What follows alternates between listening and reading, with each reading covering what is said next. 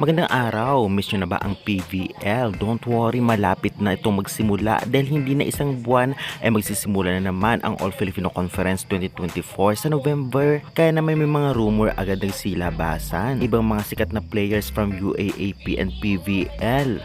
Grabe ang suporta at pag-help sa isang atleta sa natatamo nitong karamdaman na si Kevin Hadlocon. Si Rondina nag-donate ng 50,000 pesos.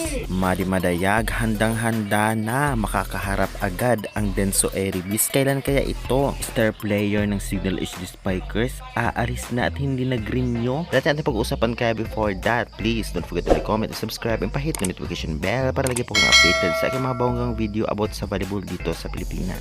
Kaya naman guys, nakikiusap ako, pa-subscribe naman, maraming salamat. Malapit na naman nga magsimula ang PVL All Filipino Conference 2024 na magaganap na ngayong November. Hindi na nga aabuti ng isang buwan, kaya naman syempre excited naman ang lahat about dito. Syempre kaka-excite malaman kung sino-sino nga ba ang mga first 6 o bagong first 6 ng team. Alam naman natin na hindi mawawala ang lipatan, serye at mga bumalik at aalis ng team. Kaya naman excited na ang lahat about dito. Especially walang import na kaganapan. Kaya naman purong Pilipino ang maglalaro. Kaya good luck na lamang and see you sa November. Samantalang excited naman ang lahat. May line up na nga itong si Madi Madayag at makakaharap naman ang Denso Eribis ng team nila. Makakaharap nga ang team ni Madi Madayag na Kurobe, Ako Ferres, Toyama, ang Denso Eribis sa Japan Volleyball League sa October 19 and October 20, 2024. Kaya may excited ang lahat at inaabangan ang tapatan ng dalawang Pinay sa International League. Samantalang ilang players or atleta ng volleyball ay talagang grabe ang suporta na nasa hospital ngayon at nagpapagamot na si Kevin Hadlocons.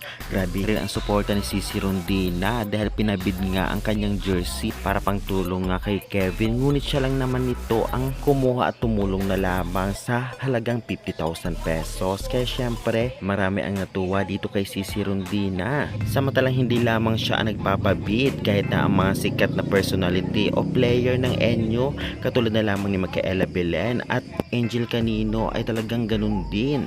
At syempre itong sikat Arado ng PVL at iba pa. Masabi nga natin na grabe ang tulungan, especially ng kapwa nila atleta.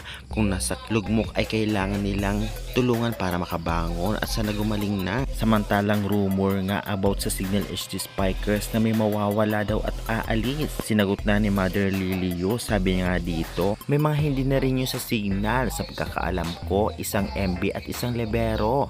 Pero hindi yun sila Riri at Ses. Though, if I'm not mistaken, this year mag-end contract nila at may mga offers Perlo pero nasa Signal pa din sila until now. Okay na ha, busy akes, babu.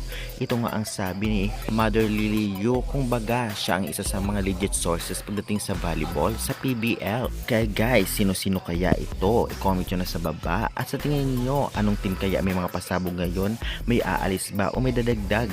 Kung gano'n pa man, i-comment nyo na yan. At huwag kalimutan mag-like and subscribe for more updates.